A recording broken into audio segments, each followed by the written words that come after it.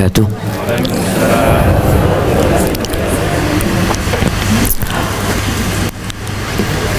Alhamdulillah alladzi hadana lihadza wa ma kunna linahtadiya laula an hadanallah. Segala puji bagi Allah Jalla Jalaluh yang telah memberikan hidayahnya kepada kita. Kebutuhan manusia kepada hidayah itu lebih daripada kebutuhan dia kepada sandang, pangan, dan papan. Kalau orang nggak punya rumah, mungkin dia kehujanan. Orang nggak punya makanan, mungkin dia mati kelaparan. Tapi orang kalau nggak punya hidayah, dia seperti binatang. Allah Azza wa Jalla sering mengingatkan kita tentang manusia-manusia binatang yang mungkin kok keras banget, Ustaz. Iya, Allah mengatakan lahum qulubun la yafqahuna biha. Mereka itu punya hati, dikasih akal bisa berpikir tapi nggak dipakai. Maka Allah mengatakan tentang mereka ulaika kal an'am. Mereka itu seperti binatang ternak. Kita melihat sebagian orang itu menyembah berhala, patung yang dibikin dengan tangan mereka terus disembah. Pohon yang Allah menciptakannya, pohon nggak punya akal. Ini manusia dikasih akal, minta sama pohon. Sebagian tempat menganggungkan sapi. Sapi yang Allah ciptakan untuk dipotong, disembelih, kemudian dimakan, ini disembah, dikultuskan, disucikan. Makanya Allah mengatakan ulaika kal an'am. Mereka seperti binatang ternak. Tapi enggak. Balhum adall ulaika humul ghafilun. Kata Allah, mereka lebih parah daripada binatang ternak. Mereka adalah orang-orang yang lalai dengan keberadaan dirinya. Kenapa dia diciptakan, untuk apa dia berada. Maka kita yang dapat hidayah, yang mulai ngaji, tolong hidayah ini disempurnakan. Bagaimana menyempurnakan hidayah yang Allah berikan? Bukan hanya dengan belajar. Karena ilmu yang dipelajari ini untuk diamalkan, jemaah. Amalkan terus, kita dapat ilmu ngaji, dapat ilmu satu, amalkan satu, dapat dua, amalkan dua. Dan kita tidak pernah berhenti mengatakan ihdinas siratal mustaqim. Ya Allah, tunjuki kami jalan yang lurus, ya Allah. Allahumma salli wa sallim ala sayyidina Muhammadin wa ala alihi wa ashabihi ajma'in. Ya Allah, semoga salawat dan salam, berkah dan nikmat senantiasa Engkau curahkan untuk hamba kekasih-Mu, untuk baginda Nabi kita Muhammad sallallahu alaihi wasallam. Semoga suatu saat kita bisa memandang wajah Rasul sallallahu alaihi wasallam dan bisa minum dari telaga Nabi kita Muhammad alaihi salatu wassalam. Amma ba'd, ahibati fillah, bapak-bapak, ibu-ibu rahimakumullah. Hari ini tanggal berapa?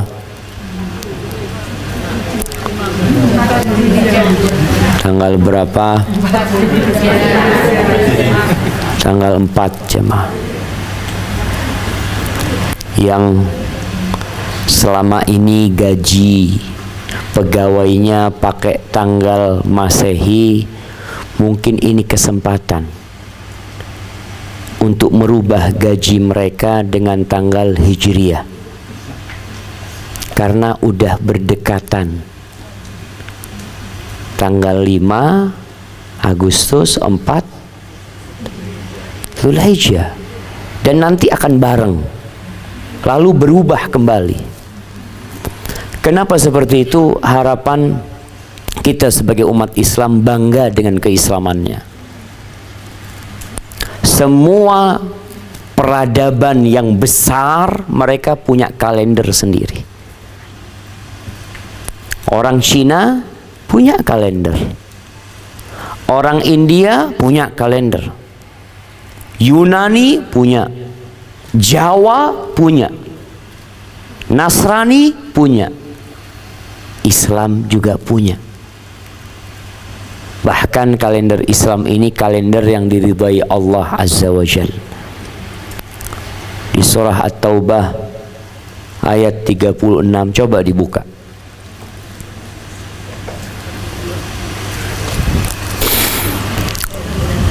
Surat At-Taubah ayat 36.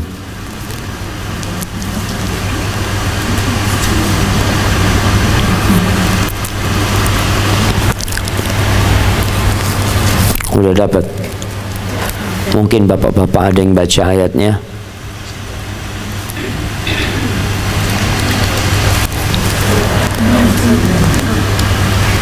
Nah, fadhal. Ayat 36.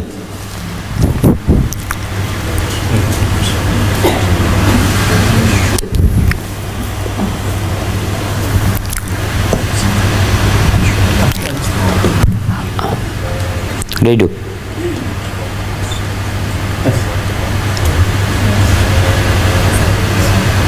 Pakai punya Ustaz.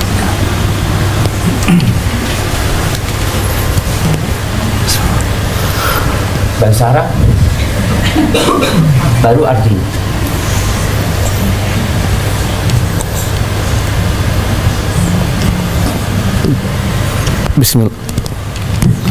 Bismillahirrahmanirrahim. Yang 36 Ustaz. 36. Inna iddata al-husari inda Inna iddata syuhuri Inna iddata al-husari iddata husari suhuri inda alaihidna innallahi idna asyara sahra fi kitabillahi fi kitabillahi yauma khalaqa as-samawat wal arda minha arba'atun harumun tali harum. Baik, baca artinya. Sesungguhnya jumlah bulan menurut Allah ialah 12 bulan. Lihat. Ya, terus. Sebagaimana dalam ketetapan Allah pada waktu Dia menciptakan langit dan bumi. Di antaranya ada 4 bulan haram. Terus. Itulah ketetapan agama yang lurus. Maka janganlah kamu menzalimi dirimu dalam bulan yang 4 itu. Dan perangilah kaum musyrikin semuanya, sebagaimana mereka pun memerangi kamu semuanya. Dan ketahuilah bahwa Allah beserta orang-orang yang takwa.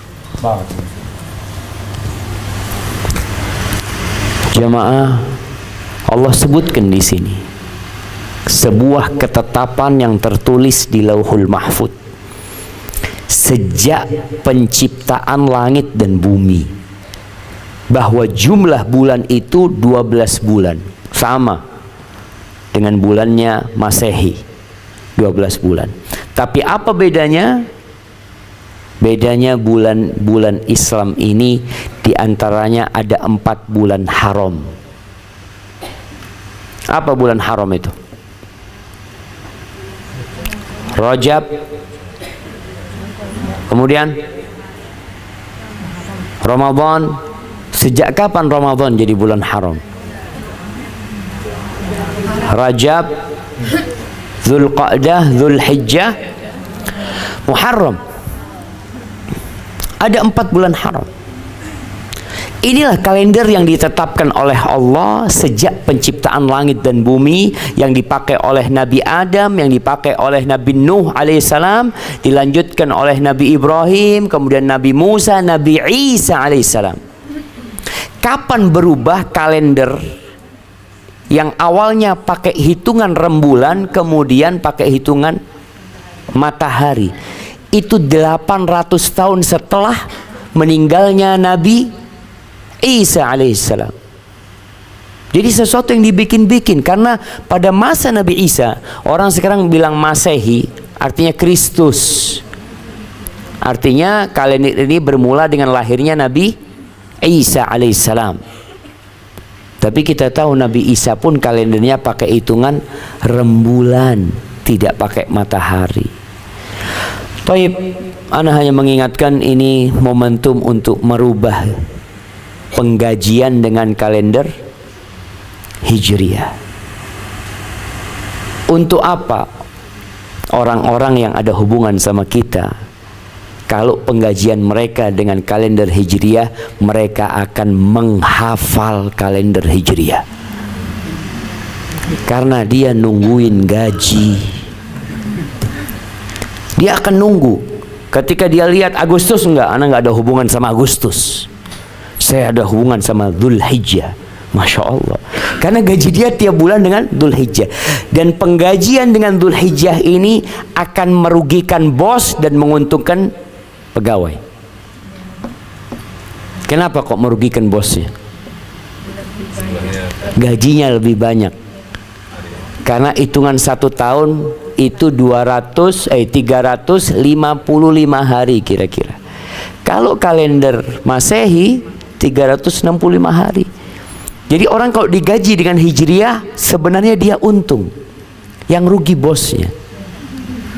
Tapi bosnya dapat pahala mengingatkan pegawainya untuk ingat dengan tanggal 13 tempatnya puasa sunnah, 14, karena dia akan mengikuti terus tanggal Hijriah ini jamaah. Barakallahu fikum. Taib, ini tanggal 4 Dzulhijjah, hari-hari yang termulia. Mohon tidak disamakan dengan hari-hari yang lainnya. Harapan ana, bapak-bapak, ibu-ibu, selama 10 hari ini menghatamkan Al-Quranul Karim. Kita biasanya menghatamkan Al-Quran di bulan Ramadan, karena itu bulannya Al-Quranul Karim.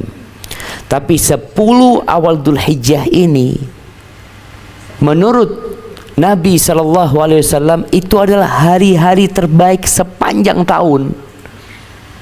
Makanya sebagian ulama berpendapat 10 awal Dzulhijjah ini lebih utama daripada 10 akhir Ramadan. Lebih utama dan lebih dicintain Allah.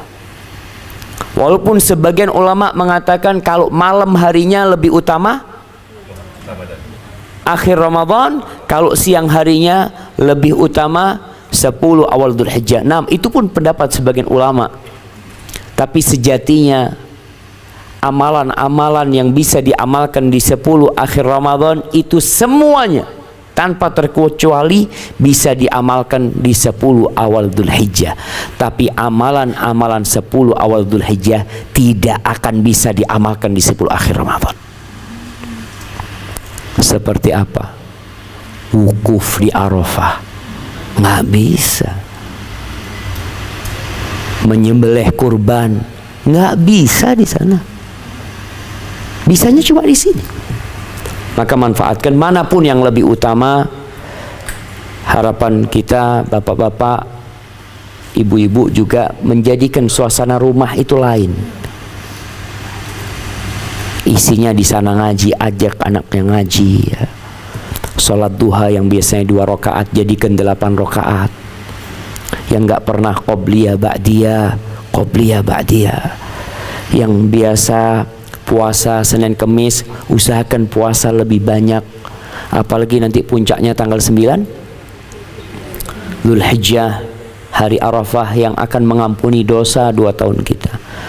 Yang nggak bisa puasa, cobalah punya duit, bikinkan makanan, kirim ke masjid.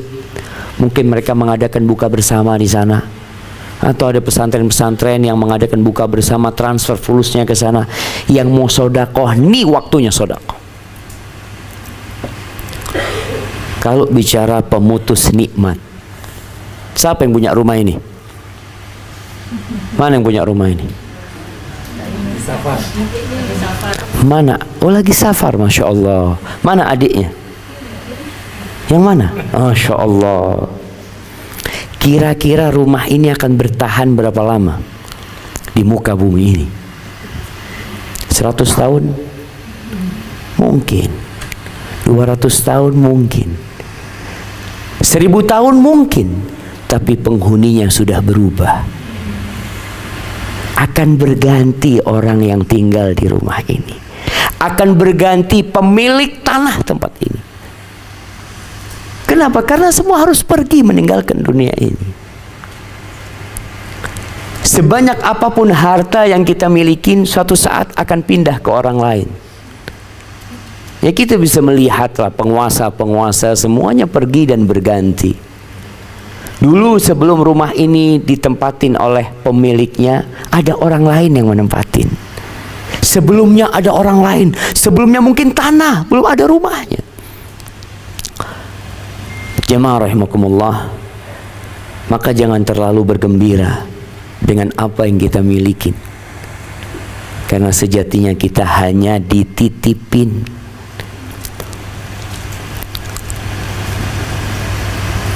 Ibu-ibu takut tua nggak?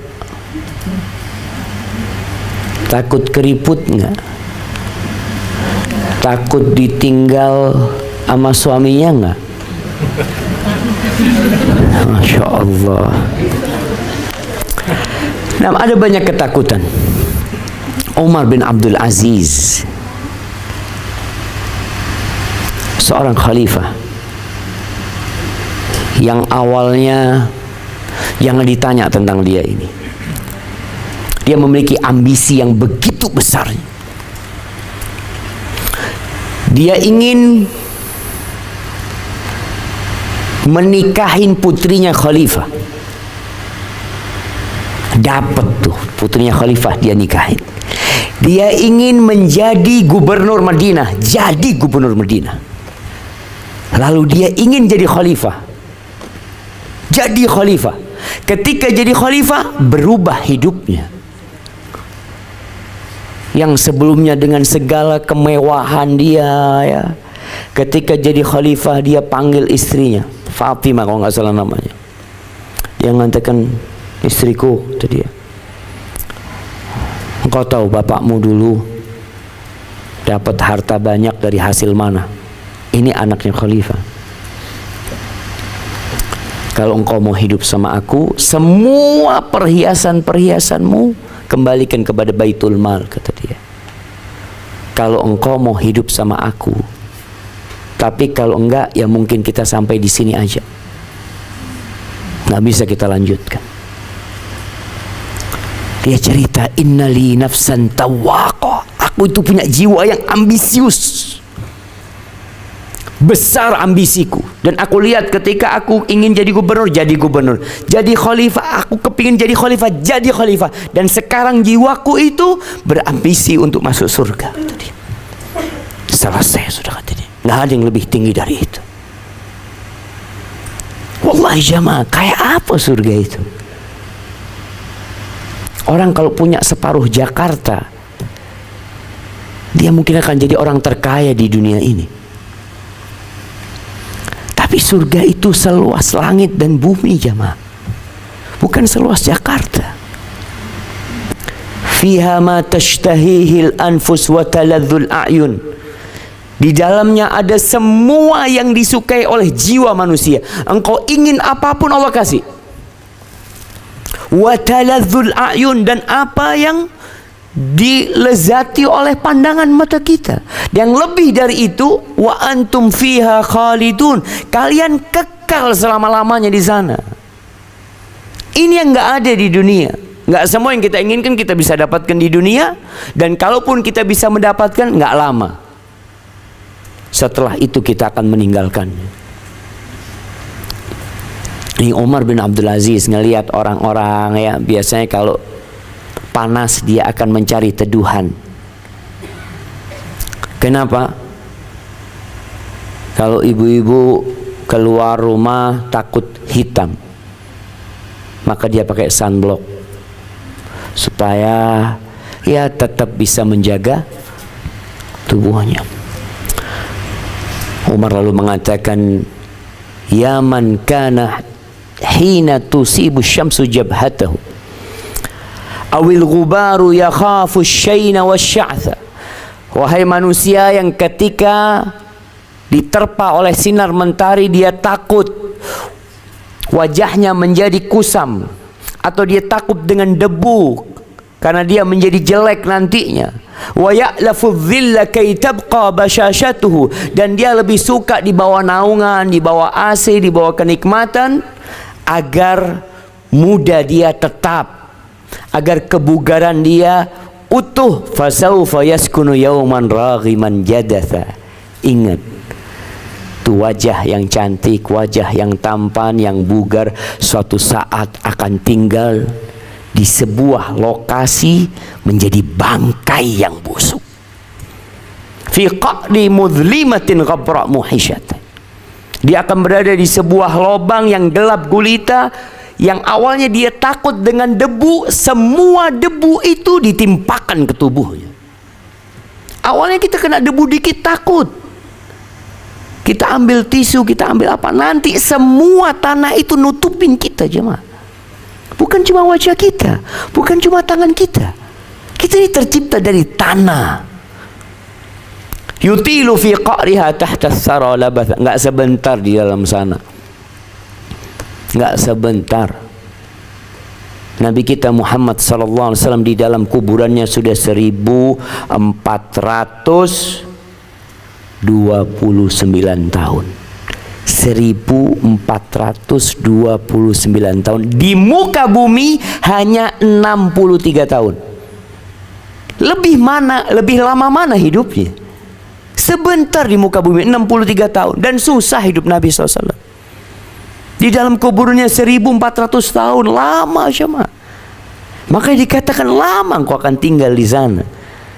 Maka kalau keterangan debu ya, ketika berusaha untuk merawat wajahnya, ingat suatu saat wajah ini akan penuh dengan belatung jemaah. Lalu dia katakan, tajahazi bi jihazin tablughina bihi ya nafsu qabla ar-rada lam tukhlaqi abatha. Wahai jiwaku, engkau harus persiapan untuk hari-hari yang panjang, untuk kegelapan yang tidak akan berakhir kecuali dengan amalanmu. Lalu dikatakan, kalian ini tidak diciptakan sia-sia.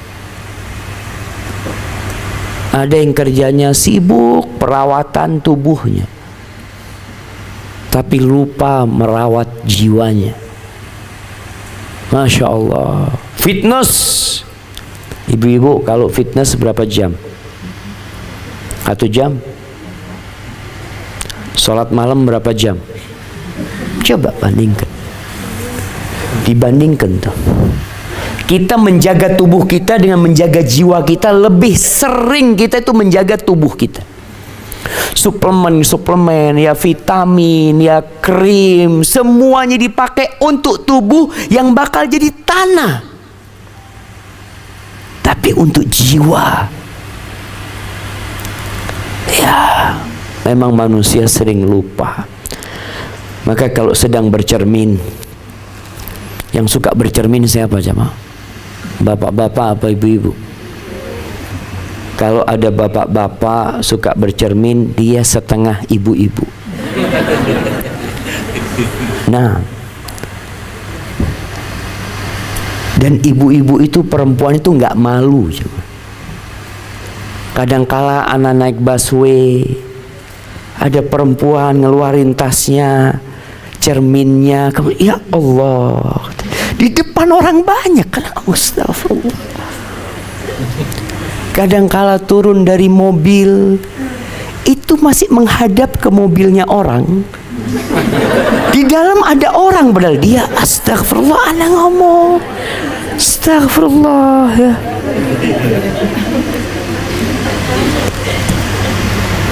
Nah, dan perempuan itu kalau bercermin yang dilihat wajahnya apa bajunya? Wajahnya. Kadangkala kerudungnya terbalik nggak berasa dia. Karena dia sibuk ngeliatin wajahnya. Coba tuh wajah dilihat. Kira-kira kalau ana 2 hari di kuburan, setelah ditinggal oleh suami, oleh anak, oleh semua keluarga, bagaimana wujud kita jemaah?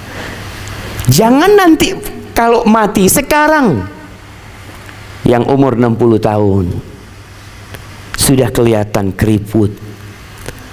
Anak kadang-kala ngelihat kulit anak, ya Allah ya, udah sampai waktunya. Suatu saat kita akan kehilangan kulit kita jemaah. Bukan akan keriput, akan ngelupas kulit itu jemaah. Oleh karena itu Rasul sallallahu alaihi wasallam beliau mengatakan kepada para sahabatnya, sebagaimana dalam hadis yang diriwayatkan Imam Baihaqi, akthiru dzikra hadzimil ladzat, kalian banyak-banyak mengingat pemutus kelezatan. Kalian banyak-banyak, bukan hanya mengingat, tapi banyak kali kalian mengingat al-maut. Kenapa? Fa innahu lam yadhkurhu ahadun fi dhiqin minal aish illa wassa'ahu alaih. Kalau orang ingat mati ini, tidaklah dia mengingat kematian dalam kondisi dia sedang susah, sedang sempit rizkinya, melainkan akan diluaskan buat dia. Dan sebaliknya, ketika dia dalam keluasan rizkinya, kalau ingat mati akan jadi sempit dunia ini buat dia. Jadi kalau ada orang susah ingat mati, dia kena penyakit, divonis kanker stadium 4, sudah nggak bisa apa-apa. Tapi kalau dia ingat mati, yang ini mudah, aduh, cuma sakit, nanti di sana bukan sakit lagi, akan jadi nikmat hidup dia. Dia akan berpikir untuk mempersiapkan untuk yang itu. Kalau orang sedang senang, ibu-ibu kalau sedang ngitung fulus, sedang melihat perhiasannya bertumpuk, maka ingat, kalau aku mati ditinggal ini semuanya. Maka dengan itu kita itu akan seimbang antara dunia dan akhirat kita. Kita selalu berbicara jangan berlebih-lebihan dalam beragama. Naam sahih, nggak boleh berlebih-lebihan dalam beragama. Bahkan Allah mengatakan la taghlu fi dinikum ghairil haq. Jangan berlebih-lebihan dengan cara yang nggak benar dalam beragama. Beragama itu ya sesuai lah, sesuai dengan perintah, nggak perlu ditambahin, nggak perlu dikurangin. Untuk urusan dunia ya sesuailah dengan kebutuhan kita. Semua beranggapan dia itu sudah balance antara dunia dan agamanya. Kalau kita lihat anak-anak kita yang sekolah umum jamaah, berapa jam belajar agama? 2 jam. Yang sekolah umum 2 jam. Taib, nanti sampai SMA. Ketika kuliah berapa jam belajar agama? 1 semester, kalaupun ada 1 semester. Setelah itu nggak ada agama sudah. Terus dikatakan ini seimbang. Kita yang belajar agama tiap ba'dal maghrib dikatakan berlebihan. Anda cuma belajar agama ba'dal maghrib, engkau katakan berlebihan. Itu yang kuliah dari pagi sampai siang bertahun-tahun, yang dipelajarin hanya urusan dunia, tidak dikatakan berlebihan. Kita harus fair lah. Kalau benar 50-50, 50-50 nggak apa-apa. Tapi nggak boleh 50-50 ya. Kenapa? Nabi SAW hidup di dunia cuma 63 tahun. Sekarang dikuburnya sudah 1400 tahun. Masa seimbang 63 sama 1400? Ya nggak mungkin. Yang harus lebih banyak yang mana? Yang 1400. Kalau bicara bekal, anak harus bawa bekal. Anak mau hidup di dunia, Ustaz. Anak butuh biaya, anak butuh ongkos. Anak ingin punya rumah, anak ingin naik mobil, silahkan. Tapi sisanya untuk akhirat. Karena di situ engkau lama, lebih lama daripada di rumah ini. Di rumah ini cuma tadi 63 tahun, 70 tahun. Anggap paling panjang umurnya 100 tahun di rumah ini. Itu pun sudah sakit-sakitan. Kenapa engkau kalau bicara seimbang? Ya seimbang, persentasenya jelas. 100 tahun sama 1000 tahun beda persiapannya. Tapi kita ya lupa dengan kematian yang kita akan tinggal di sana ribuan tahun. Abdullah bin Umar bin Khattab radhiyallahu anhu dalam hadis yang diriwayatkan oleh Ibnu Majah, dia berkata, ataitun nabiyya sallallahu alaihi wasallam ashira ashrah. Aku pernah mendatangi Nabi sallallahu alaihi wasallam dan aku adalah orang yang ke-10. Di situ ada 9 sahabat, dia orang yang ke-10.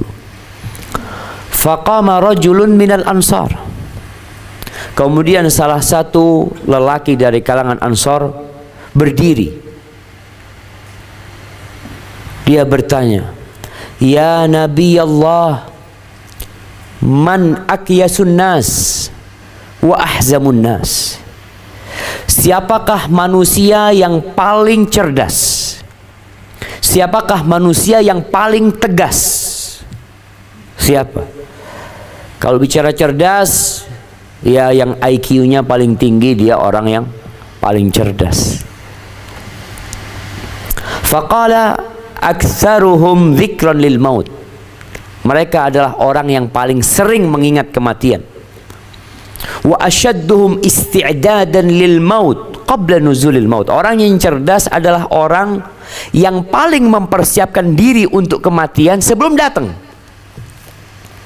Ulaika humul akyas. Mereka orang-orang yang cerdas. Zahabu bi syarafid dunya wa karamatil akhirah. Mereka itu pergi membawa kemuliaan dunia. Dia bawa semua kemuliaan dunia. Orang itu berebut untuk mencari kehormatan di dunia ini.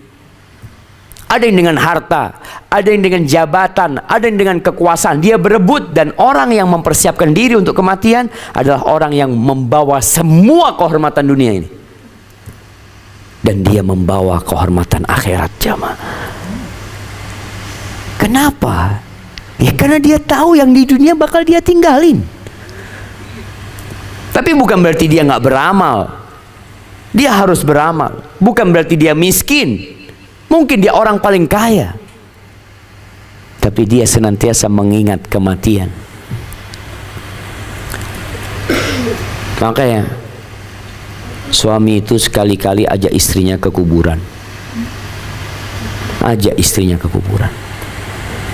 Istri kalau ngelihat suaminya jarang pulang, mau tidur, selalu urusan dunia. Ada seorang yang cerita sama ana, ada orang kaya raya, mungkin hartanya sudah 1 triliun lebih. Ana pikir hidupnya bahagia. Ada cerita salah satu keluarganya kalau malam hari dia mengadu sama istrinya tentang beban dunia yang dia pikul, tentang pekerjaan-pekerjaan yang gak ada ujungnya, tentang pertemuan-pertemuan yang selalu harus dilakukan, tentang perjalanan ke sana ke sini, ngurusin apa? Fulus. Padahal dia punya fulus. Dia tuh bisa tinggal di rumahnya, nggak kerja 70 tahun bisa dia. Orang punya duit 1 triliun, jamaah. Kira-kira bisa nggak dia 70 tahun nggak kerja? Bisa. Artinya seharusnya dia jadi bos. Dia yang ngatur duitnya. Dia bisa mengatakan tidak kepada duitnya. Hari ini ada meeting? Enggak, aku mau kajian. Fulus, iya anak kan yang punya fulus. Anak yang punya perusahaan. Kenapa anak diperbudak sama perusahaan anak? Anak yang bisa mengatakan hari ini tutup. Itu bos yang bisa mengatakan itu. Tapi yang ada tidak, jamaah. Manusia ini dikuasai oleh hartanya. Seharusnya dia menguasai hartanya. Makanya kok dikatakan silakan jadi orang kaya, silakan jadi pejabat, silakan jadi penguasa, tapi ingat mati. Makanya kalau mau tidur itu selalu diingatkan mati, bukan ingat rapat besok hari. Bismikallahumma amut wa ahya. Dengan namamu ya Allah aku mati ya Allah. Karena tidak pernah tahu apakah besok pagi masih dibangunkan oleh istrinya dan bisa bernafas. Nggak ada yang tahu. Besok ya besok, urusan besok. Malam ini aku akan siapkan diriku. Makanya Rasul sallallahu alaihi wasallam menasihati para sahabat, kalau bisa kalian itu malam hari mau tidur itu, ya tiap 2 malam lah tulis wasiat. Hati tiap 2 malam ingat mati. Tulis wasiat. Karena kalau orang tulis wasiat, umpamanya seorang yang punya fulus banyak, dia nulis wasiat. Kenapa anak tulis wasiat? Ini kan uang anak, ini kan harta anak. Di situ dia tahu kau bakal mati. Mumpung masih hidup, masih bisa tulis wasiat. Kalau mati nggak bisa. Hadis tadi sanadnya dihasankan oleh Al-Iraqi. Al-Bara bin Azib, sahabat Nabi radhiyallahu taala anhu, yang meriwayatkan hadis panjang tentang perjalanan kematian seorang hamba. Dia mengatakan, kunna ma'a Rasulillah sallallahu alaihi wasallam fi janazah. Suatu hari kita bersama Nabi alaihi salatu wasallam sedang ada jenazah. Fajalasa ala syafiril qabr fabaka.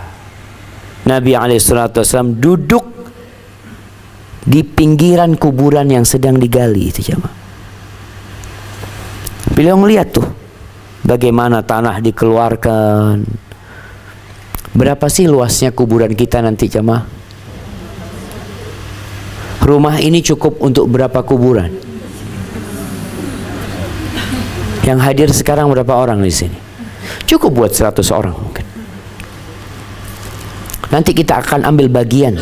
Nabi melihat, kemudian beliau menangis. Hatta balla thara sallallahu alaihi wasallam ya Rasulullah. Nabi itu menangis sampai air matanya membasahi tanah, jemaah. Diam semua sahabat. Seakan-akan di atas kepala mereka ada burung. Lalu beliau berkata, ya ikhwani limithli hadha fa'iddu.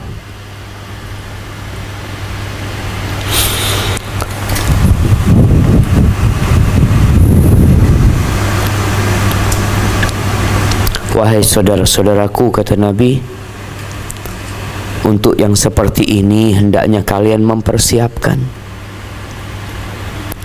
Kuburan itu berangkas amal. Berangkas amal itu kuburan.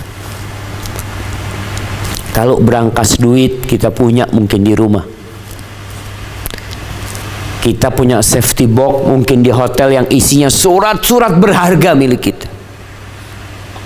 Tapi semuanya nggak bisa dipindah ke berangkas amalan, kecuali antum masih hidup. Maka segeralah dipersiapkan. Para ulama menjelaskan keutamaan memperbanyak mengingat kematian. Ad-Daqqaq mengatakan, man aktsara min dzikril maut ukrima bi thalathati asya. Barang siapa yang banyak mengingat kematian, dia akan dimuliakan dengan 3 hal. Yang pertama, ta'jilut taubah. Dia akan segera bertaubat. Dia akan segera bertaubat. Karena dia nggak pernah tahu kapan kematian tiba. Wa ma tadri nafsun bi ayyi ardin tamut. Dia akan ingat, kalau engkau pagi jangan nunggu sore. Sebagian kita masih punya dosa yang dia simpan, yang masih dia kerjakan. Walaupun udah sering datang kajian, masih ada dosa-dosa yang dilakukan. Kenapa masih melakukan dosa itu? Karena dia masih menunda tobatnya. Iya, anak akan berubah, Ustaz. Anak akan jadi lebih baik. Insya Allah, anak akan lakukan semua itu. Tapi pertanyaannya, apakah nanti sore engkau masih hidup? Apakah bapak-bapak, ibu-ibu pulang dari rumah ini tidak ditabrak oleh kontainer mati nantinya? Siapa yang tahu? Banyak orang yang di pinggir jalan nggak pernah pulang kembali ke rumahnya. Ada orang-orang yang pagi hari dia bercermin, dia pasang itu kancing bajunya, kemudian dia pulang sudah tidak bisa membuka kancing bajunya. Dibuka kancing bajunya oleh yang memandikan jenazah. Ibu-ibu mungkin pakai abayanya, pakai brosnya, pakai semuanya. Ada sebagian yang akhirnya tidak pernah membuka abayanya kembali, karena dia sudah membujur kaku. Maka orang yang ingat atau memperbanyak mengingat kematian, dia akan segera bertobat. Wa qana'atil qalb. Yang kedua, dia akan qanaah, jamaah. Hidupnya serba cukup.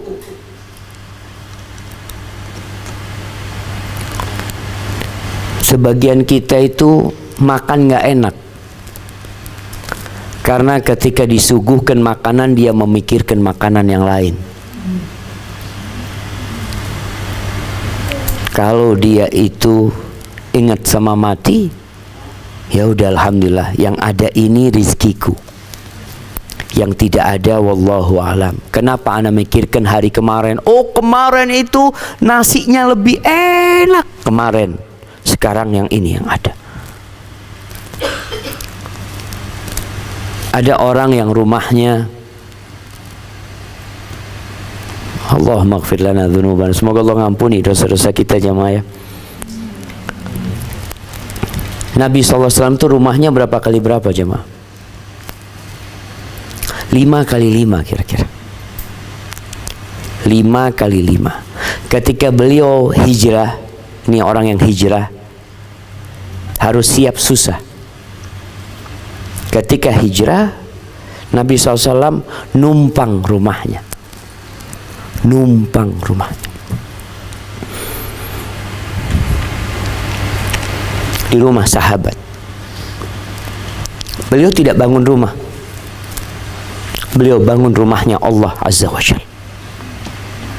Besar rumahnya Allah yang dibangun sama Nabi SAW. Kira-kira waktu itu akhirnya jadi 50 meter kali 50 meter. Beliau ketika ditawari oleh para sahabat tanah masjid itu, ada yang mau kasih wakaf. Mereka mengatakan, ya Rasulullah, itu wakaf buat Allah. Kata Nabi SAW, la, thaminuni, aku mau beli. Berapa harganya? Disebutkan harganya, dibayar sama Nabi SAW. Kenapa? Karena Nabi ingin pahala terus mengalir buat Nabi SAW. Kalau yang beli orang lain, orang itu yang dapat pahala. Katanya, enggak, ana yang mau bayar. Beliau mempersiapkan diri untuk kematian, jamaah. Ketika beliau ditawari oleh Abu Bakar Siddiq untuk naik ontanya, Abu Bakar persiapkan onta untuk hijrah 2. Yang dikasih makan dari daun sumar yang gagah. Ini onta. Kata Nabi SAW, aku mau naik onta ini tapi aku bayar. Aku nggak mau gratis. Bayar Nabi SAW. Ketika masjid selesai dibangun, beliau bangun rumahnya. Hanya 5 kali 5 jemaah. Ya kan masih miskin Rasul SAW. Iya. Dan beliau meninggal pun di rumah itu.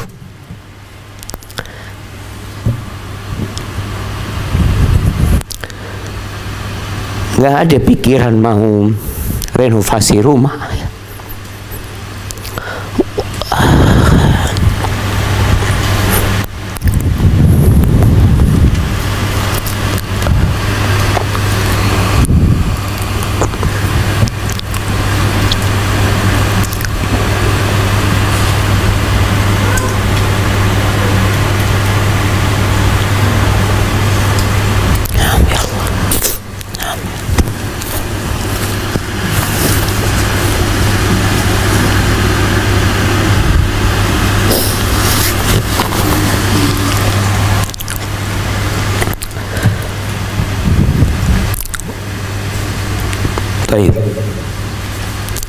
Orang yang ingat mati, dia akan qanaah dengan apa yang dia miliki.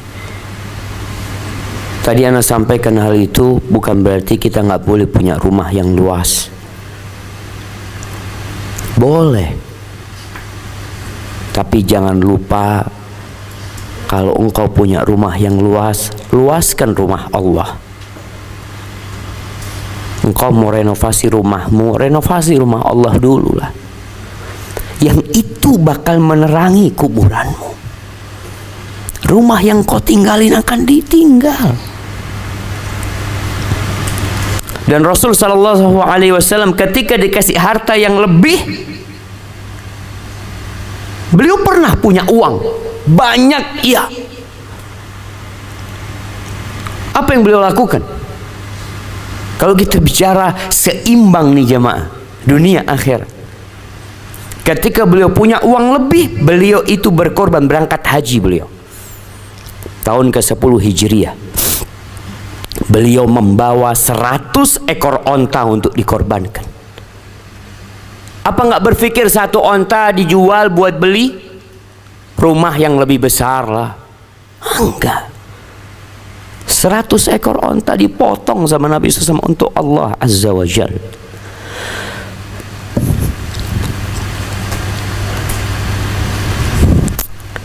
Itu Rasul sallallahu alaihi wasallam yang menjadi teladan kita jemaah. Beliau tidur itu di atas tikar. Yang kalau bangun tidur, garis-garis tikar itu berada di pundak Rasul sallallahu alaihi wasallam. Padahal beliau manusia yang paling dicintai Allah, yang paling dihormatin, yang paling disayangi, yang paling indah yang pernah ada di muka bumi. Supaya kita tahu, dunia ini Allah bagikan kepada semua orang, yang mukmin dan yang kafir. Yang dikasih kemuliaan dunia belum tentu dicintai Allah. Tapi kalau dikasih kemuliaan dunia, kemudian dikasih iman dan takwa, itulah cinta Allah Azza wa Jalla. Maka semoga yang dimuliakan oleh manusia juga bisa memuliakan dirinya dengan bertakwa kepada Allah. Caranya ingat mati. Jadi qanaah kita.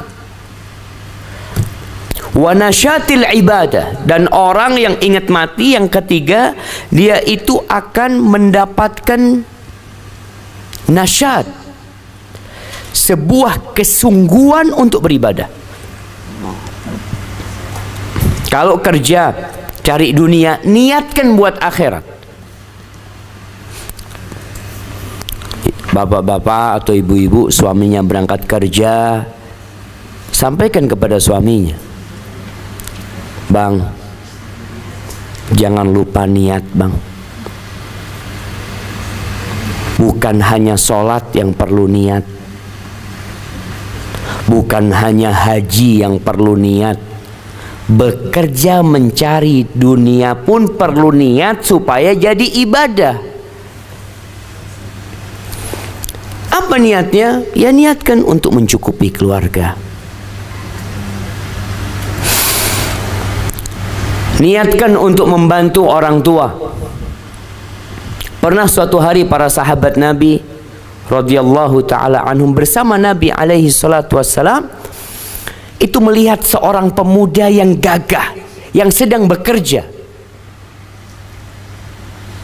Lalu para sahabat mengatakan, ya Rasulullah, kalau tenaganya ini buat di jalan Allah, Masya Allah, cuma sayangnya untuk cari dunia.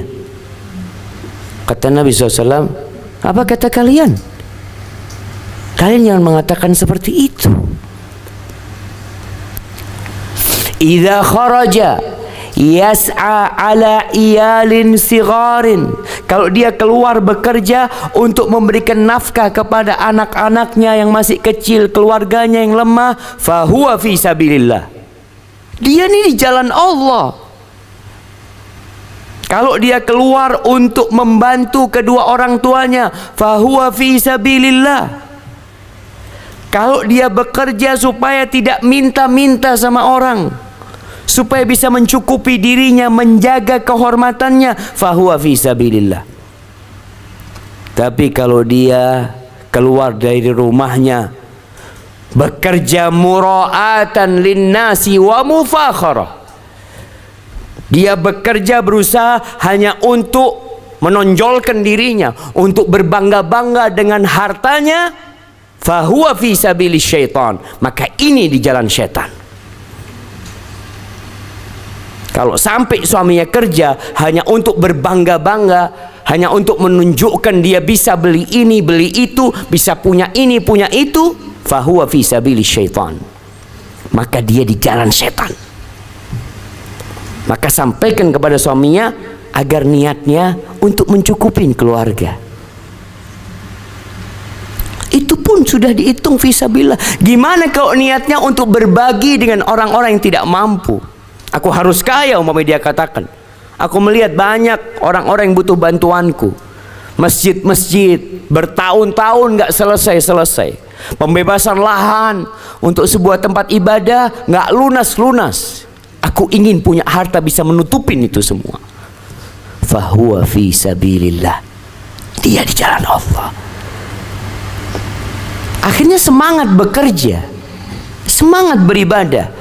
Tidurnya pun nilainya ibadah. Makannya, gimana seorang ketika dia makan enak, ya Allah, sarapan enak, insya Allah nih buat sholat duha 8 rakaat.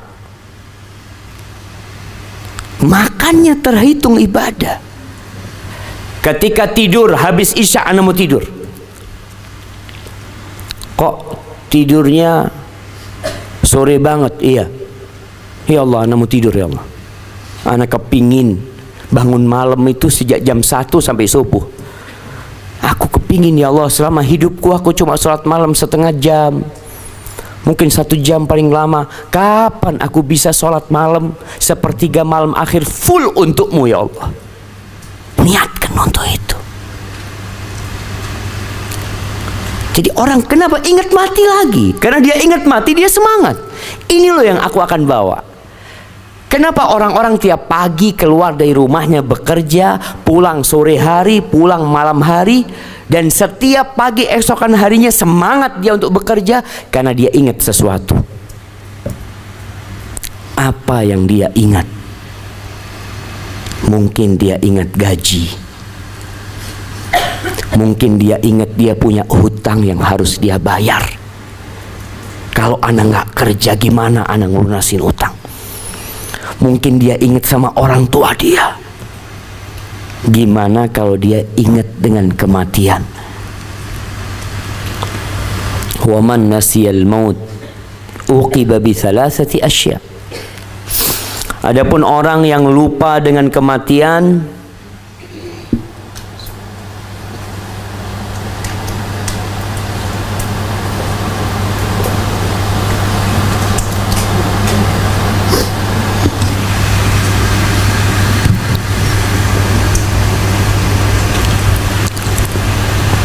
dia akan dihukum dengan 3 perkara. Taswifut taubah, dia akan menunda-nunda tobat dia. Mau tidak mau. Karena dia punya angan-angan yang panjang. Nanti. Dia berpikir umurku masih 25 tahun, umurku masih 30 tahun, umurku masih 40 tahun. Terus. Wa tarkur ridha bil kafaf, dan dia tidak akan pernah qanaah dengan apa yang dia miliki. Selalu memandang kepada harta orang lain.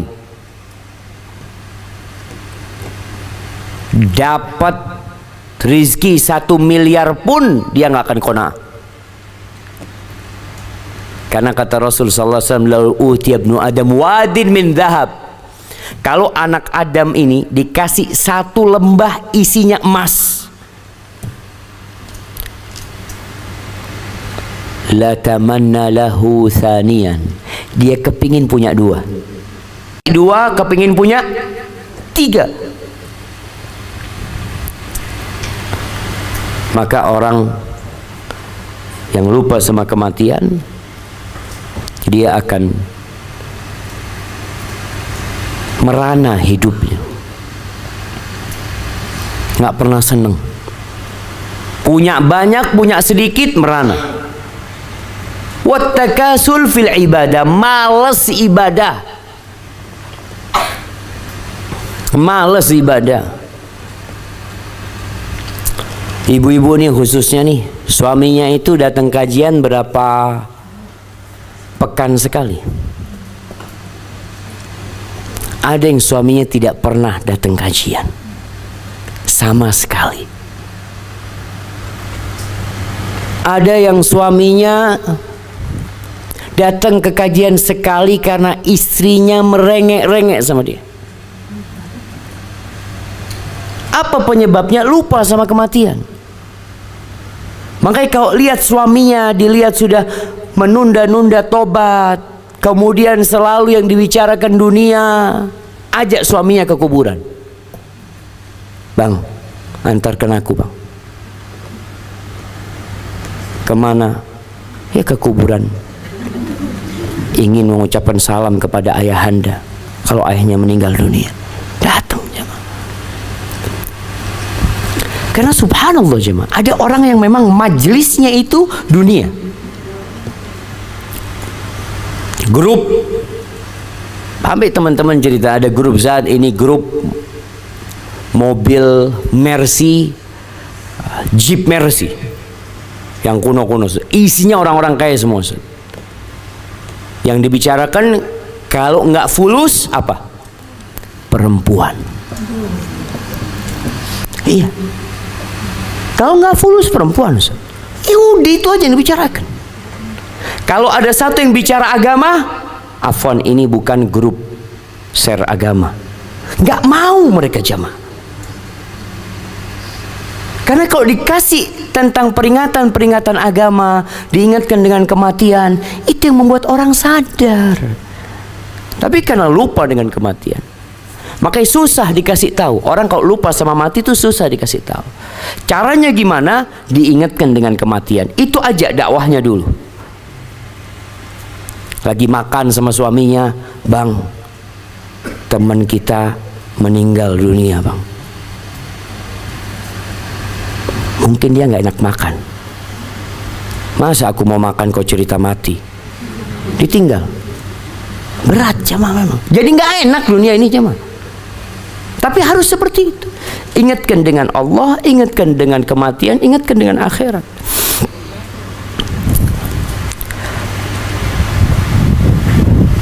Qala Abu Abdi Rabbih li Makhul, ini seorang tabi'in berkata kepada temannya, ya Aba Abdillah, atuhibbul jannah? Wahai Abu Abdillah, apakah engkau suka dengan surga? Qala wa man la yuhibbul jannah? Siapa yang enggak suka sama surga? Qala fa ahibbal maut fa innaka lan taral jannah hatta tamut. Maka kalau engkau cinta surga, cintailah kematian, karena engkau tidak akan pernah melihat surga sampai engkau mati. Kalau engkau mati baru bisa melihat surga. Raja bin Haywah ini salah satu penasehatnya Umar bin Abdul Aziz. Dia mengatakan, ma aksara abdun zikral maut illa tarakal hasad wal farah. Tidaklah seorang hamba memperbanyak mengingat kematian, melainkan dia akan meninggalkan sifat iri dan dengki dan bergembira yang berlebih-lebihan. Orang kalau ingat mati nggak akan hasut sama orang lain. Dilihat orang punya barang baru, ibu-ibu yang dibanggakan apa sih biasanya? Nama ibu-ibu? Tas. Allah yahfad min syarri tas. Semoga Allah menyelamatkan kita dari kejahatan tas ini jemaah. Jahat jemaah. Tasnya harganya berapa? Berapa kira-kira jemaah? Yang paling mahal berapa tasnya di sini? Berapa kira-kira? Ada seorang yang berangkat umroh, dia ngomong, Ustaz, ana bingung Ustaz, orang berangkat umroh itu, ini harim-harim ini, itu dia lagi makan di restoran, semua tasnya ditaruh di meja. Ini umroh bukan mau pamer tas, kata dia. Tapi subhanallah jemaah, Masya Allah, tasnya harganya 50 juta, sodakohnya 100 ribu, sodakohnya 1 juta, sodakohnya 2 juta. Padahal yang mau dibawa itu yang dikeluarkan dari tas. Tapi orang jemaah kadang kala buat hasut orang lain, buat iri tetangganya, padahal tasnya pinjem. Tapi kadang kala Allah yahfad. Tapi orang kalau ingat mati, dia ngelihat tas yang mahal pun dia tidak akan bergeming sama sekali hatinya. Ana pernah di Mekah itu, dia lewat toko jam. Kita mahasiswa waktu itu. Kita lihat jam, ada harganya di sana. Dilihat ya, ana waktu itu beli jam harganya ya mungkin 25 real, 25 real. 25 real itu berapa jemaah? 100 ribu lah, 100 ribu. Itu lihat jam harganya, ana masih ingat 21 ribu. Ana ngomong ya Allah. Ana lalu berpikir, buat apa orang beli jam harganya 21 ribu? Sampai ana debat sama teman waktu itu. Dia beli jam harganya 200 real. Ana 25 real. Ana tanya sama dia, apa bedanya jam antum sama jam ana?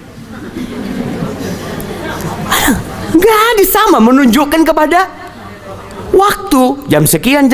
Itu kan tujuannya orang pakai jam. Kata dia, ya beda lah, kata dia. Oh iya, beda perasaan.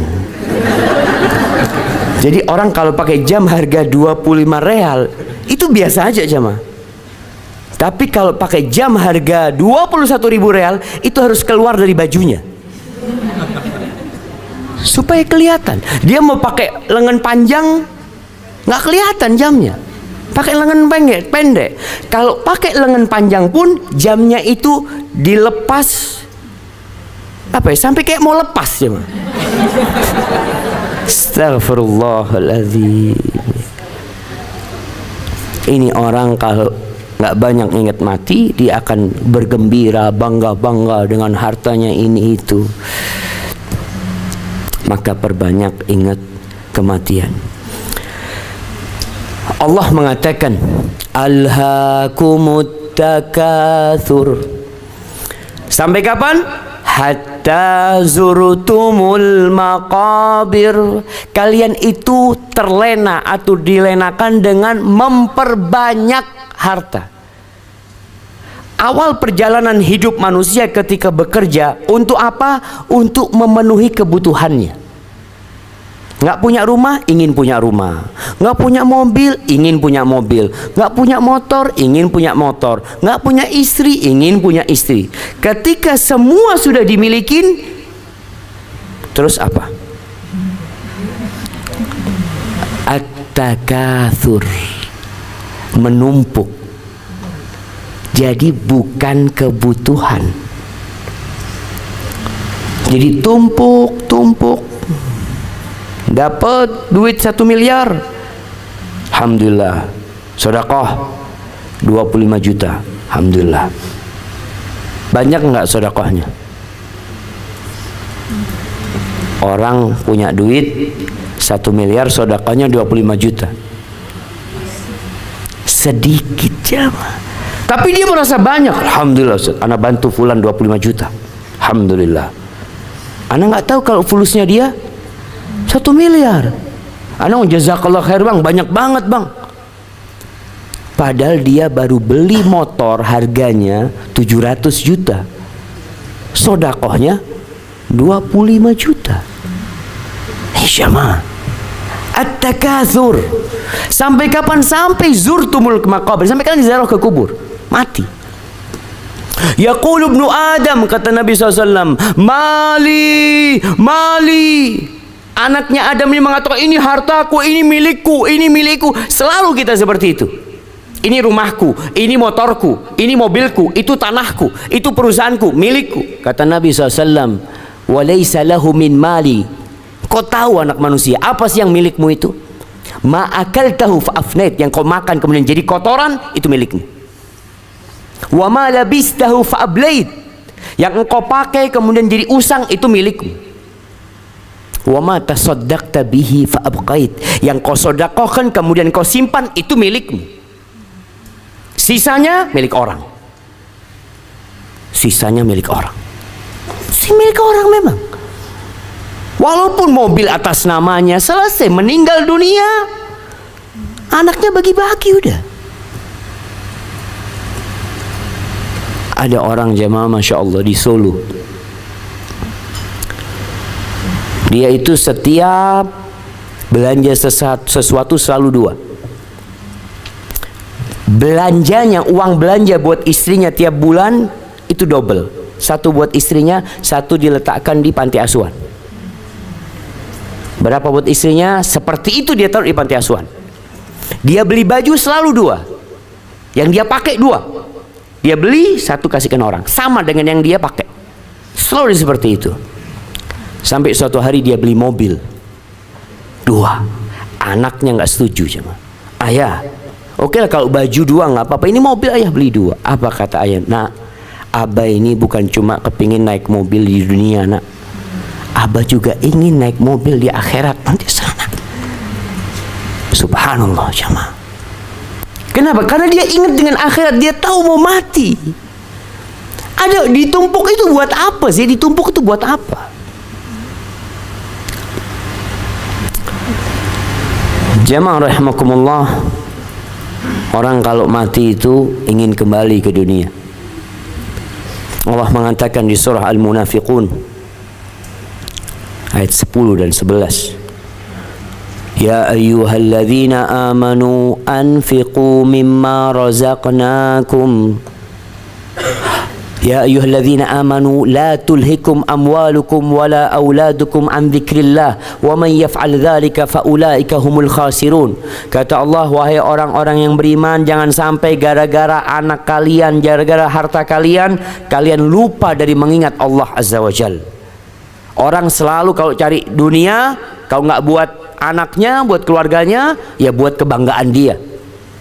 Jangan sampai kalian terlalaikan dengan dunia kalian dan anak-anak kalian dari mengingat Allah Subhanahu wa taala. Yang melakukan itu orang yang merugi. Rugi dia itu jamaah. Bangkrut dia, capek bekerja untuk dunia, ditinggal. Kira-kira kalau kita ngelihat orang ya, dia mengeluarkan emas dari sebuah gunung, subhanallah, dia dapat satu truk isinya emas. Kemudian dia pulang nggak dibawa jemaah. Apa kata orang kampung sana? Ini waras apa nggak waras orang ini? Udah capek dapat 1 truk ditinggal. Dan itu kebanyakan manusia. Makanya Allah katakan orang yang lupa dengan Allah gara-gara menumpuk harta, gara-gara sibuk sama anaknya, maka dia orang yang rugi, jemaah. Rugi tenaga, rugi waktu, rugi pikiran, semuanya dia rugi. Wa anfiqu mimma razaqnakum min qabli an ya'tiya ahadakumul maut. Kata Allah, kalian belanjakan dari apa yang kami rizkikan kepada kalian. Allah ingatkan, tuh duit bukan milikmu, aku yang kasih. Engkau sodakoh itu dengan uang yang aku berikan kepadamu. Kenapa orang harus pelit? Sebuah permisalan, kalau ada orang ngasih duit sama ana pernah dikasih orang duit zakat. Zakat nih, Ustadz ada uang zakat Ustadz 500 juta.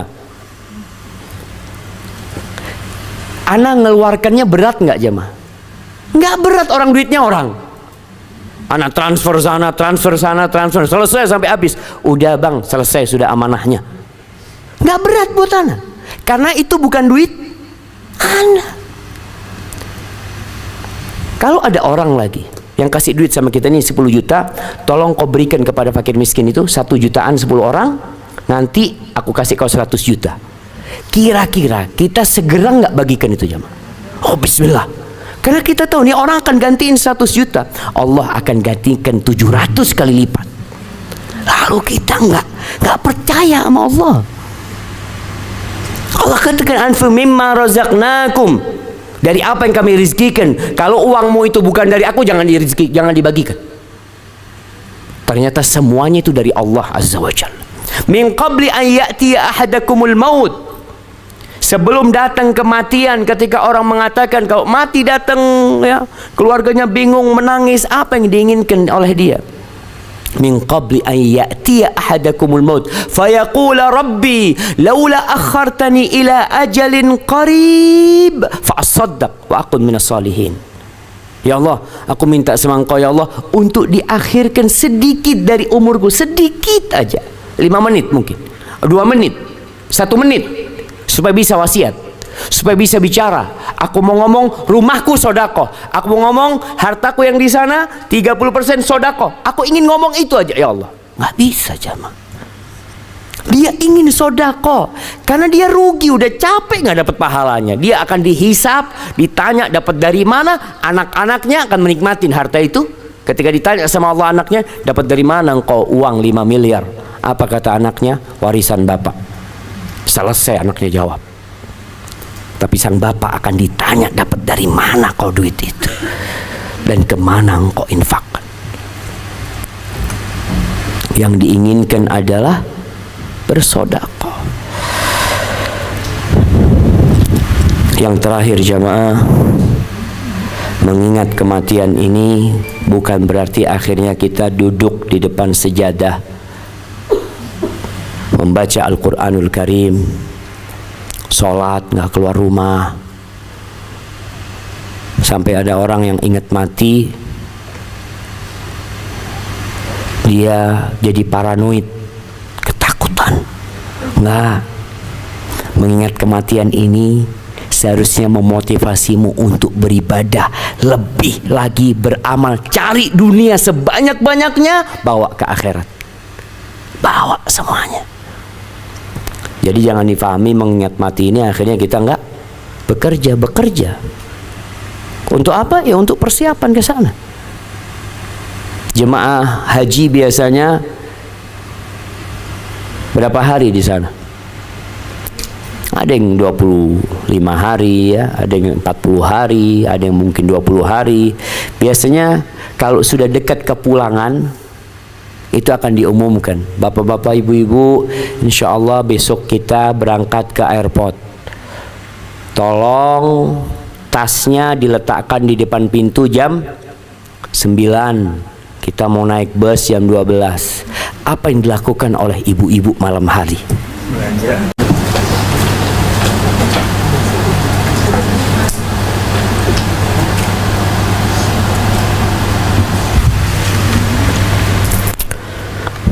Nah, jamaah, ini ada pertanyaan,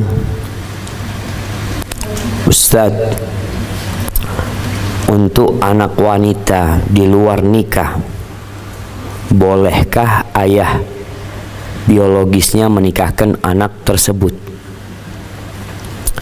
Mohon dijelaskan dan dalilnya. Jamaah rahimakumullah, di antara cara setan atau cara iblis menjerumuskan manusia ke dalam perbuatan dosa itu dengan merubah nama-nama itu jadi lebih indah, sehingga orang yang melakukan dosa itu merasa nggak berdosa. Di sini disebutkan untuk anak di luar nikah. Kenapa nggak disebutkan untuk anak zina? Oh, terlalu menjijikkan, Ustaz. Memang ini perbuatan yang menjijikkan. Ketika orang bicara zina, dia harus takut dengan hal itu. Makanya berita-berita yang ditulis berusaha untuk menganggap zina ini perbuatan yang remeh. Fulan menyetubuhi pacarnya, berzina itu. Sudah berulang kali melakukan itu. Tapi memang itu salah satu talbis iblis. Baik, untuk anak zina. Afwan kalau anak ngomong anak zina, karena memang dia anak zina. Anak itu nggak punya dosa. Bapak dan ibunya yang berdosa. Dia harus selalu mengingat, nih anak zina. Aku punya anak ini dalam kondisi melakukan perzinaan, dimurkai Allah Azza wa Jalla, seharusnya aku dihukum. Tapi Allah ngasih waktu sama aku, sehingga adalah bersegera untuk bertobat kepada Allah Azza wa Jalla. Tapi berkaitan dengan anak zina ini, apakah bapak biologisnya bisa menikahkan anak tersebut? Kembali kepada permasalahan, bisakah anak zina itu dinisbatkan kepada bapak yang berzina? Nasabnya itu bisa enggak ikut nasab bapaknya? Ada beberapa kondisi. Kondisi pertama, lelaki ini berzina dengan wanita yang punya suami. Maka anaknya itu enggak bisa dinisbatkan kepada pezina, tapi anaknya itu nasabnya ikut suaminya itu perempuan. Seperti itu hukum. Kecuali suaminya menafikan, dia nggak mau, nggak, ini bukan anakku, maka anaknya itu dinasabkan kepada ibunya, nggak kepada bapak yang berzina dan tidak kepada suaminya yang sah, karena suaminya menolak, berlepas diri dari dia bukan anak-anak. Maka udah nasabkan kepada ibunya, dan pezinanya yang mau ngaku itu anaknya, kata Nabi, walil ahiril hajar. Buat yang pezina itu lemparin batu sampai mati dia. Dan kita tahu seorang yang berzina sudah menikah hukumnya dirajam. Tapi yang berzina sebelum menikah itu hukumnya didera 100 kali, kemudian diungsikan, diasingkan selama 1 tahun. Kondisi yang kedua, ini sama-sama nggak punya istri, nggak punya suami ya. Ini anak-anak yang pacaran lah, pemuda-pemuda yang akhirnya berzina. Berzina kemudian nikah, itu yang banyak terjadi. Ana ingin mengingatkan, pernikahan itu tidak menghapuskan dosa zina. Jangan berpikir dengan menikah dosa zinanya dihapuskan sama Allah. Tetap dosa zina itu akan melengket dengan pelakunya sampai dia bertobat kepada Allah Azza wa Jalla. Maka dia harus minta ampun sama Allah, taubatan nasuha, agar dosa zinanya diampuni sama Allah. Terus gimana nih anak nih?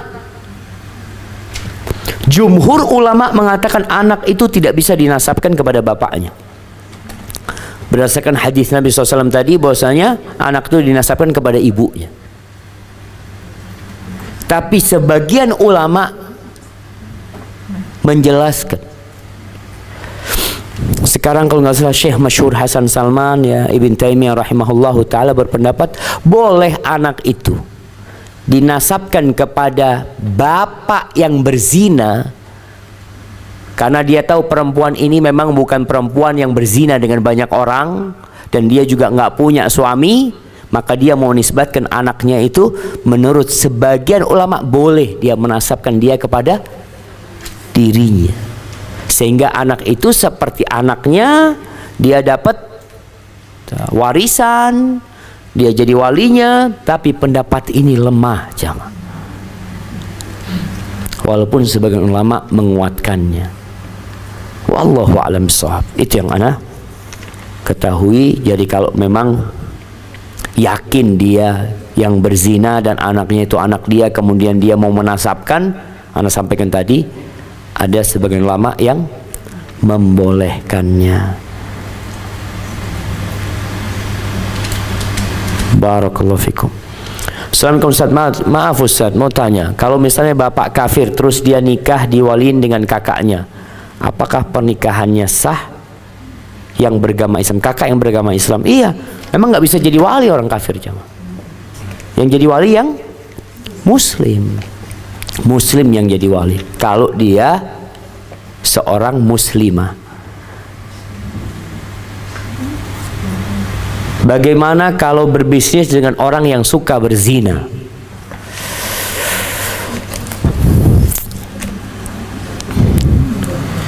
Fitnah terbesar laki-laki itu wanita. Kebanyakan penghuni neraka itu wanita. Sebagian wanita komplain, Ustaz, kok bisa wanita Ustaz? Ini laki-laki yang berzina. Iya, berzinanya sama siapa? Sama wanita. Bagaimana berbisnis dengan pezina? Allah Azza wa Jalla mengatakan, ya ayyuhalladzina amanu taqullaha wa kunu ma'as sadiqin. Wahai orang-orang yang beriman, bertakwalah kepada Allah dan bergabunglah kalian menjadi orang-orang yang jujur, yang benar. Kalau cari kumpulan itu, carilah kumpulan orang-orang baik. Kalau berbisnis dengan pezina, kadangkala nanti janjiannya di klub malam, ketemu di mana. Karena ini orang nggak bertakwa sama Allah, nggak peduli sama urusan halal haram. Maka hati-hati, karena pengaruh teman itu besar sekali. Sampai ada seorang yang telepon pakai halo Ustadz, dia konsultasi, dia mengatakan, Ustadz, ana rusak sekarang Ustaz, gara-gara teman kerja. Dia udah ngaji bertahun-tahun, datang ke majelis-majelis, Masya Allah. Akhirnya dia kerja, berangkat sama sohibnya keluar kota. Sohibnya ini selalu bawa pelacur, na'udzubillah. Sohibnya, dia enggak. Dia masuk kamar, dia di kamarnya sholat apa. Tapi karena terlalu sering, iman itu kadang naik, kadang turun. Ketika turun inilah masuk fitnah itu. Sebagian orang enggak, insya Allah anak bisa jaga diri. Sekarang ketika engkau bicara ini betul, engkau bisa jaga diri karena imanmu masih kuat sekarang. Tapi suatu saat engkau punya masalah sama istri, punya masalah sama keluarga, kemudian godaan itu datang, ketika itu masuk, maka kita disuruh menghindari tempat-tempat yang berbahaya. Jadi kalau bicara hukum asalnya, kita itu berbisnis sama orang kafir, sama siapa, boleh hukum asalnya. Tapi kalau ternyata berbisnis dengan mereka menyebabkan iman kita jadi turun, tinggalkan. Jangan sampai demi mendapatkan keuntungan yang banyak, iman kita yang kita gadaikan pada waktu itu. Hadza wallahu a'lam bishawab. Ada pertanyaan lainnya?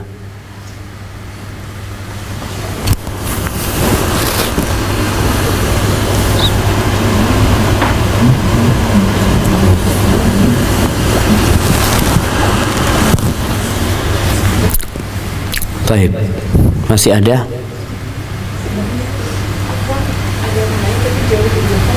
Mic-nya? Boleh. Kalau ada mic, tadi mic di mana? Masya Allah.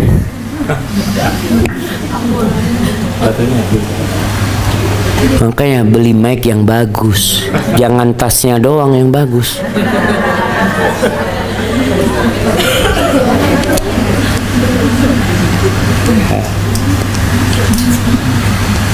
Nah, silahkan kalau bisa. Waalaikumsalam warahmatullahi wabarakatuh. Jadi teman ini pernah menikah dengan agama bukan non muslim, namun si ikhwan ini masuk muslim, lalu menikah, lalu bercerai, lalu keluar lagi dari muslim, tapi sekarang mau masuk lagi muslim. Apakah boleh seperti itu atau tidak? Jemaah rahimakumullah. Memang ana lihat di Jakarta, di kota besar khususnya ya, kita tuh hubungan sama non muslim kadang-kala udah nggak ada batasan. Akhirnya pacaran, kemudian mau nikah. Taib, si perempuan mengatakan, nggak bisa nih, aku muslimah, kau kafir. Kalau kau masuk Islam, aku mau nikah. Kata dia, masuk Islam, tinggal ngomong asyhadu an la ilaha illallah. Dia masuk Islam hanya untuk menikah. Hanya untuk menikah dia masuk Islam. Ini banyak kejadian setelah menikah, ya dia nggak sholat, ya dia nggak apa, udah nggak ada. Karena dia memang hanya untuk menikah, yang untuk mengurus surat-suratnya harus Islam. Mertua juga nggak mau menikahkan kecuali dia Islam. Sebenarnya ini peluang. Kalau memang dia benar mau menikah dan masuk Islam, sebelum menikah tolong datangkan guru ngajarin dia tentang Islam. Ajarin dulu, benerin dulu nih. Nanti tanya sama ustadznya, ustadz gimana ustadz? Dia Islamnya beneran nggak ustadz? Ustadz nanti akan jawab enggak kayaknya. Dia pura-pura masuk Islam. Berarti jangan mau. Makanya sekarang masuk Islam, nggak pernah sholat kadang-kala di tengah jalan dia kembali lagi ke agama dia, murtad, kemudian cerai. Bagaimana kalau dia mau masuk Islam lagi? Terbuka Islam buat dia. Terbuka. Jadi orang yang murtad kemudian dia mau balik ke Islam, silahkan. Allah subhanahu wa ta'ala tidak menutup pintu taubatnya kecuali ketika nyawa sampai ke kerongkongan atau matahari terbit dari arah barat. Jadi kalau dia mau masuk Islam lagi, fadhol, asalkan tidak main-main. Takut mau masuk Islam lagi, kemudian dia keluar lagi karena dia menikah. Dan subhanallah jemaah, ada teman dari Swiss, Muslim, kerja di Swiss, dia nikah dengan perempuan Swiss yang masuk Islam. Subhanallah, nih perempuan yang masuk Islam beneran jamaah. Sampai dia pakai jilbab yang besar, dia pakai cadar, dia ngafalin Quran macem-macem. Suaminya Islam-Islaman. Dia masih sholat, kadang-kala enggak. Akhirnya sang istri gugat cerai. Aku nggak mau punya suami kayak engkau. Dan dia tetap di atas Islamnya. Subhanallah jamaah. Pentingnya ilmu tadi. Jadi jangan meremehkan pernikahan. Pernikahan ini salah satu pilihan kita. Kita lahir nggak bisa milih dari orang tua yang mana. Kita mati juga nggak bisa milih di tempat yang mana. Tapi menikah kita bisa milih dengan siapa. Dan Rasul SAW menganjurkan kita untuk menikah lelaki yang agamanya baik dan akhlaknya mulia. Barakallahu fiik. Baik, ada yang lainnya? Nah, silahkan. Ustaz, bagaimana ya silahkan mengajarkan anak-anak dari sekarang, Ustaz, mungkin anak-anak usia SD gitu, untuk mulai bisa mengingat kematian, Ustaz? Barakallahu fiik. Gimana, Ustaz? Anak-anak. Nah, jadi anak-anak ini kadangkala kalau diomongin susah, tapi anak-anak itu diajak ke kuburan supaya ingat mati. Kalau ada orang mau mati diajak,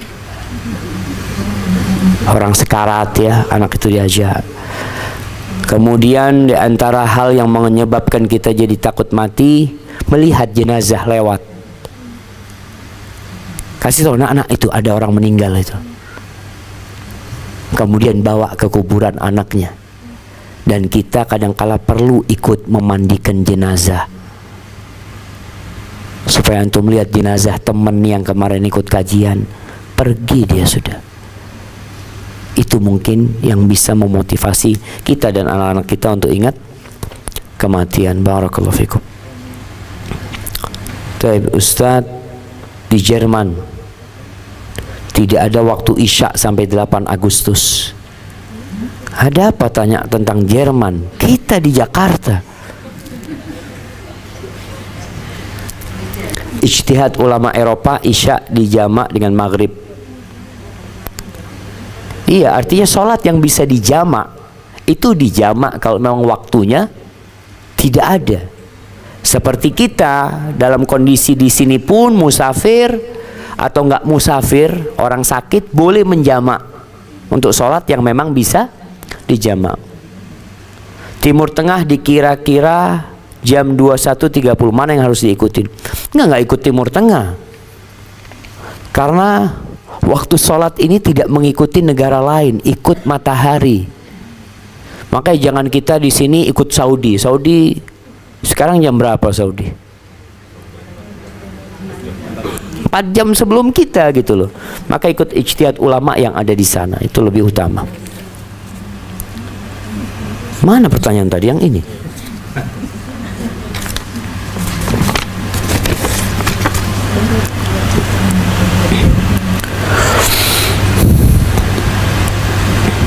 Ustaz, bagaimana saya sebagai istri dan langkah-langkah apa yang harus dilakukan agar suami bisa rajin ke kajian?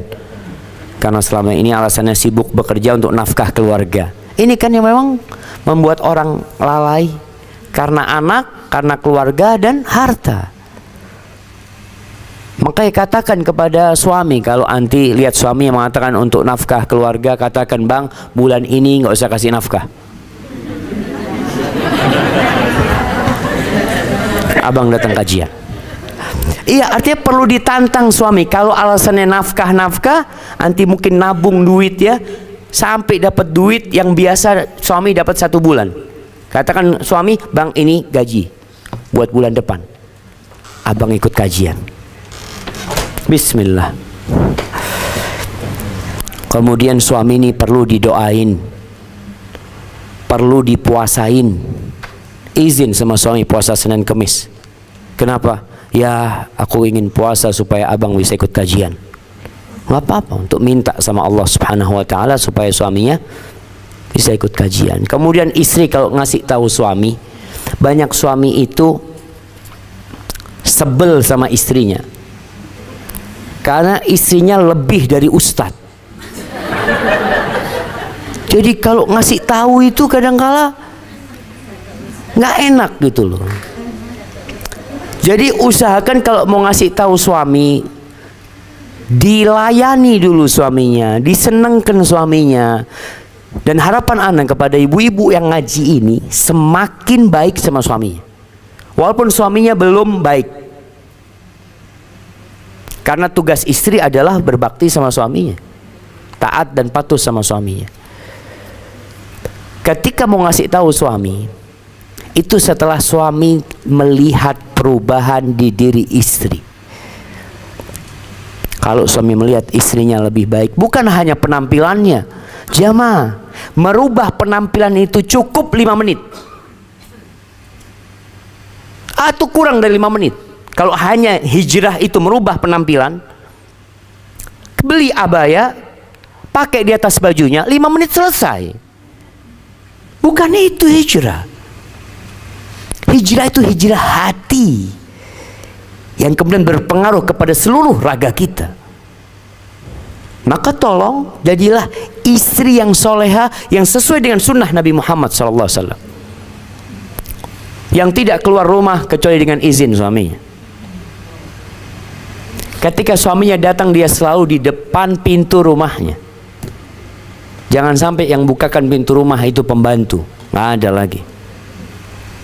Suami datang mau buka pintu, anti sudah bukain pintu. Tanya sama suami.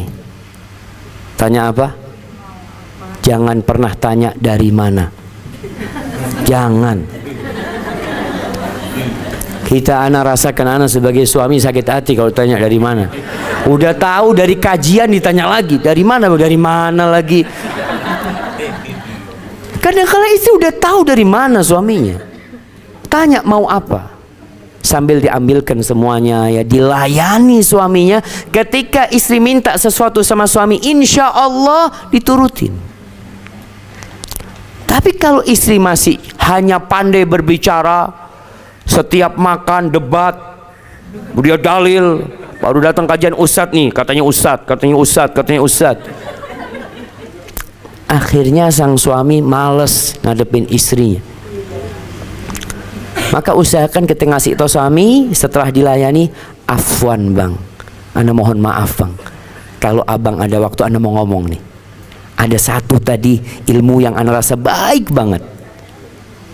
Setelah disampaikan, selesai. Kemudian ngasih tahu suami caranya dengan, kalau memang ada buku-buku yang bagus, minta tolong sama suami untuk dibaca. Sampaikan kepada suami, bang, ana takut buku ini sesat, coba abang baca, kan abang ya pendidikannya lebih tinggi apa gitu ya. Itu suami akan baca. Tapi kalau istri mengatakan, bang, kok sejak dulu nggak dapat pendidikan agama ya, nih baca, ini nggak mau dia baca.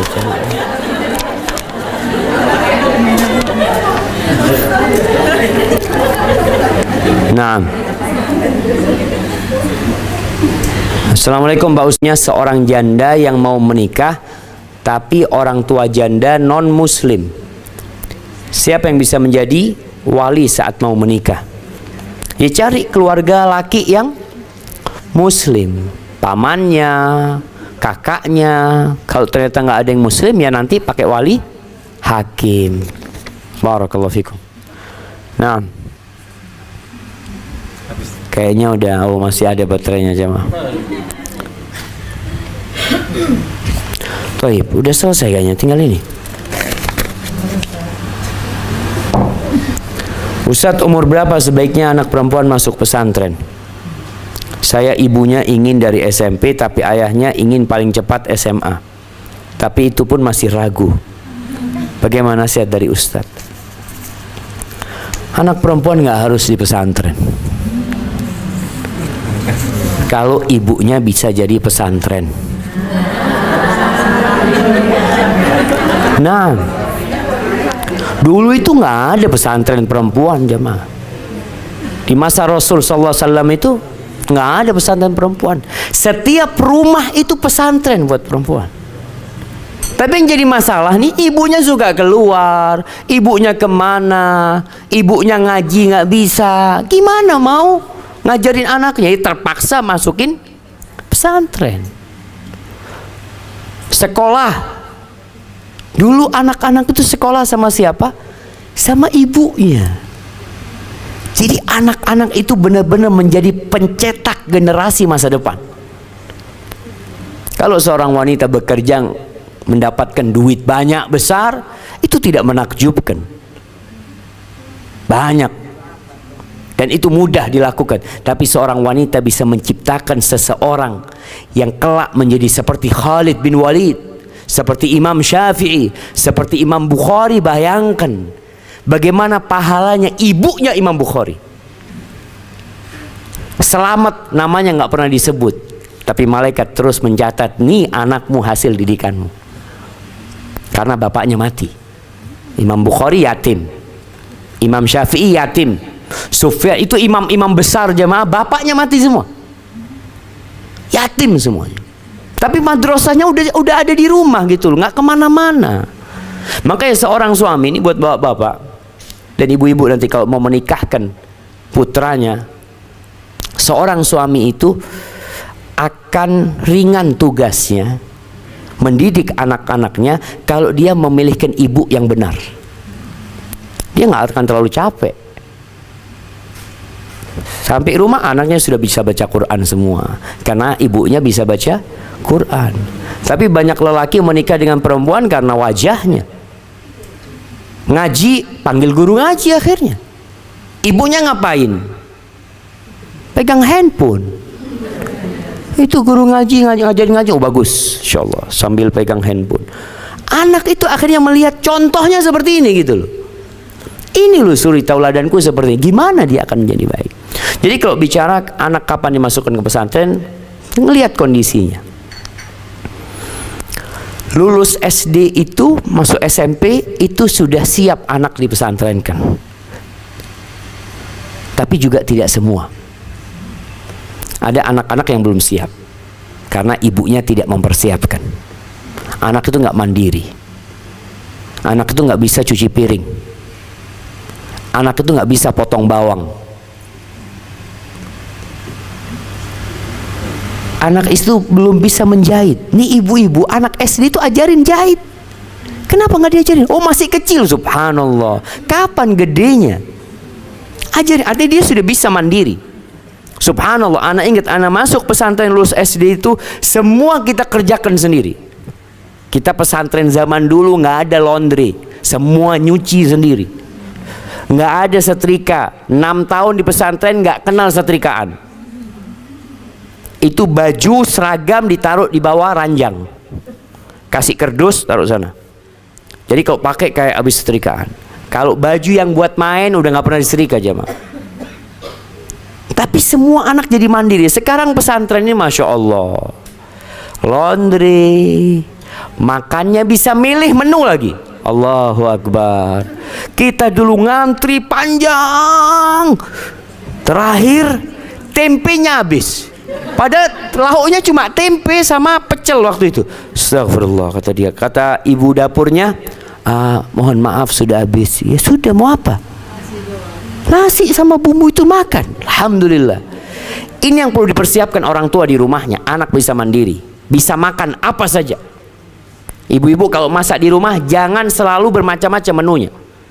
Sekali-kali tanya pesantren itu menunya apa. Oh, ikan pindang. Itu ikan pindang. Ikan apa itu? Tongkol ya, tongkol yang kecil-kecil itu. Taruh di meja sama sambal. Anak kita kasih itu. Loh, nggak ada lainnya, nggak ada, cuma ini. Terpaksa dia makan. Kalau enggak susah di pesantren. Karena masalah terbesar di pesantren kadang-kala masalah perut. Anak itu nggak betah karena makannya nggak enak, ya ini itu, tidurnya nggak enak.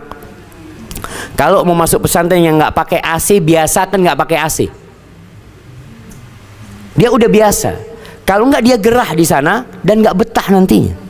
Hanya minta pulang. Jadi kalau ngomong sama suami, lihat persiapkan anaknya. Persiapkan anaknya, maka lebih baik kalau memang mungkin lingkungannya tidak mendukung ya, sekolah-sekolah yang ada tidak mendukung, takut anak itu nanti terpengaruh, segera masukkan ke pesantren. Jamaah mungkin itu yang bisa Anda sampaikan.